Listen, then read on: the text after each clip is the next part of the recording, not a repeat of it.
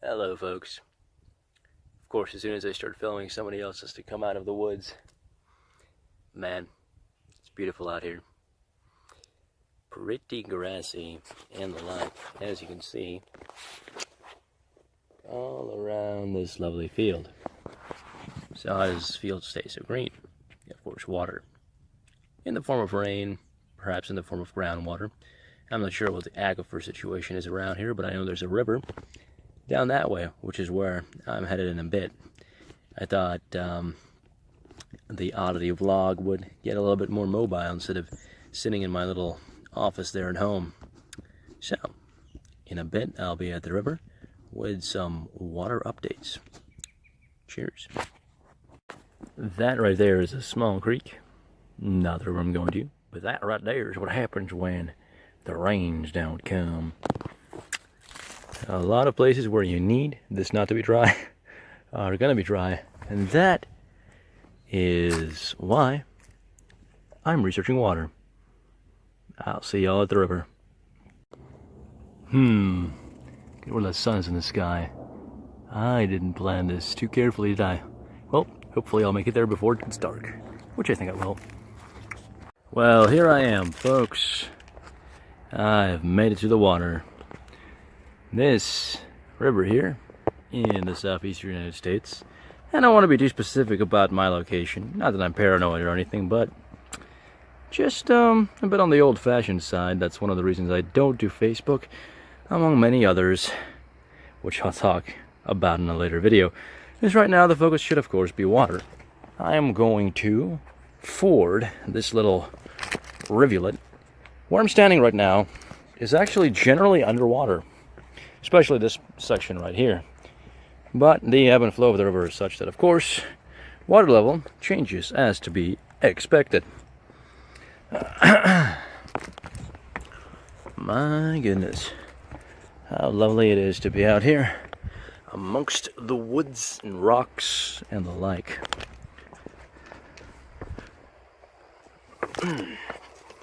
Yes, indeed. Scale this tree here. Get a good bird's eye view. Wow!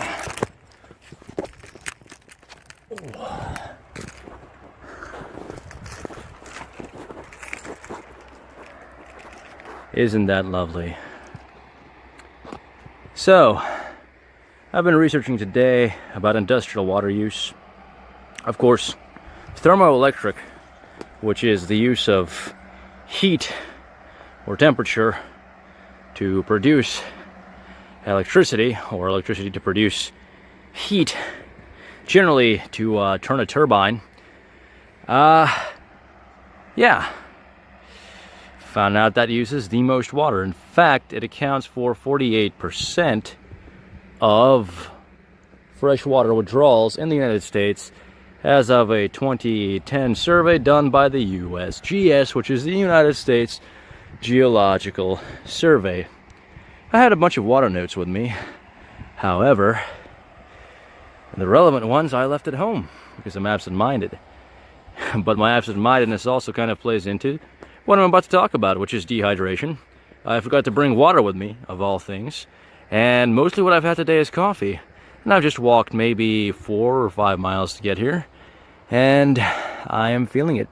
Alex Pradome, in the book The Ripple Effect, describes a tale of prospectors in the American Southwest and how one guy came back looking shriveled and blackened and his hair had fallen out and it was just not good. So it's in our best interest to preserve water as best we can.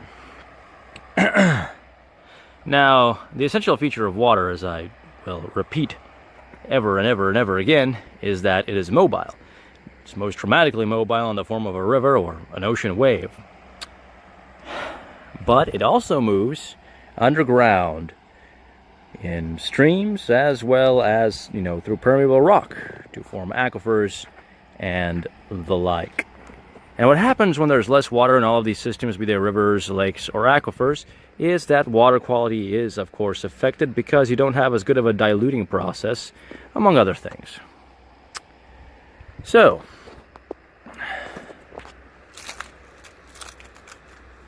What are some water conservation methods?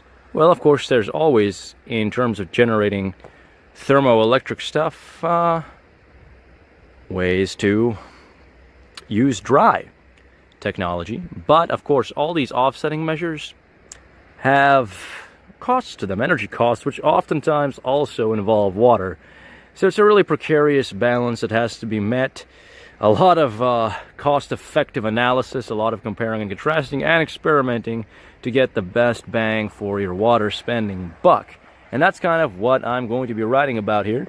As you can see, I'm not as prepared as I should have been to give you information, but I came out here primarily for the scenery, and I will fill you in when I get back to the office with a less meandering explanation.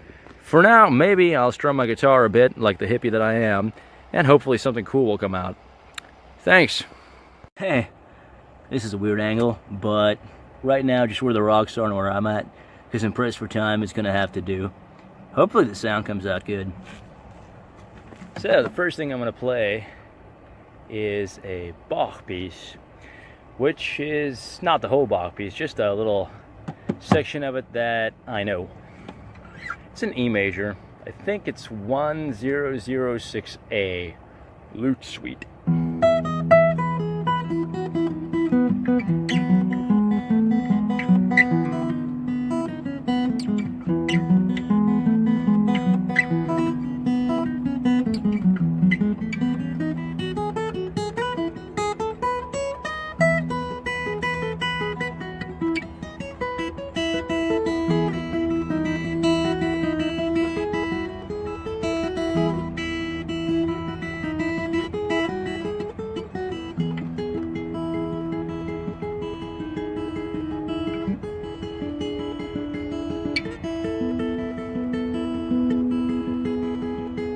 The key of E is meant to evoke thoughtfulness, which is something that is sorely missing today, primarily because we have so much information that we don't really have time to think.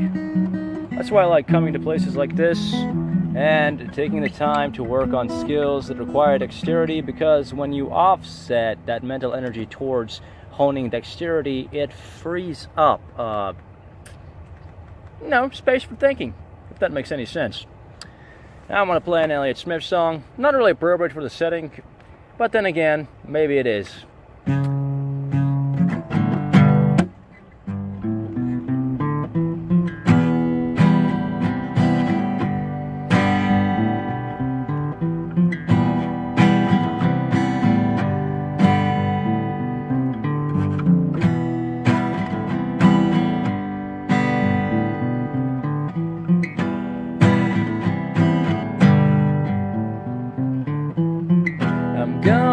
Sleepwalking, where mute memories start talking.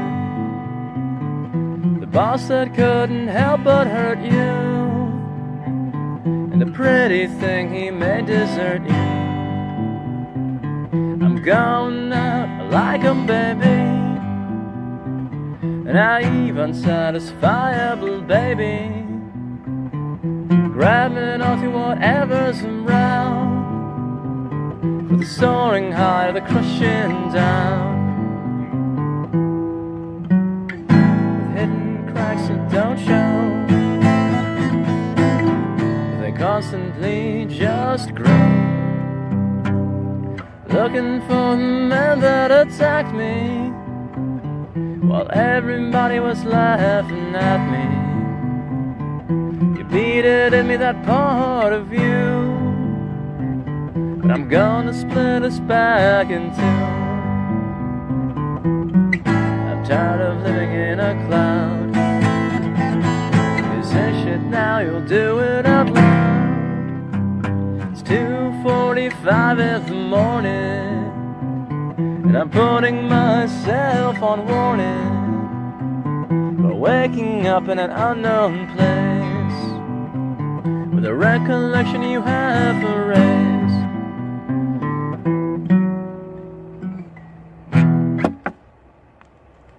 There's more to that song, but for some reason my mind just totally blanked because it's just so very pretty out here.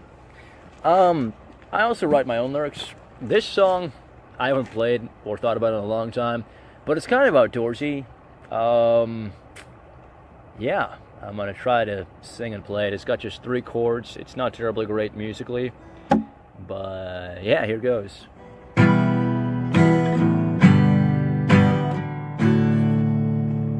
I see colors in the night, shining brightly in the sky.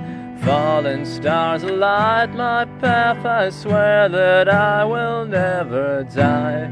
The sea is breaking beneath my bow, black as pitch, and I somehow must navigate this foaming mess as drink and ration grow less and less. Obviously that's about, sailing a ship. I always found seafaring stories to be fun, and the image of a person having to deal with limited resources as they're trying to navigate unknown lands was just a cool one, and I thought I'd come up with that little ditty, or whatever the appropriate term is.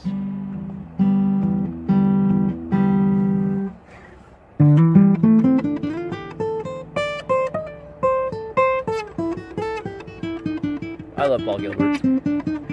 This stuff is just so good. Alright, the sun is setting and I'm hungry and I want to play more, but I gotta go. Thanks for joining me. If you have a great time wherever time finds you. This has been a very fun, for me, installment of the Audity podcast. I will resume, of course, back home with more information on water. Cheers.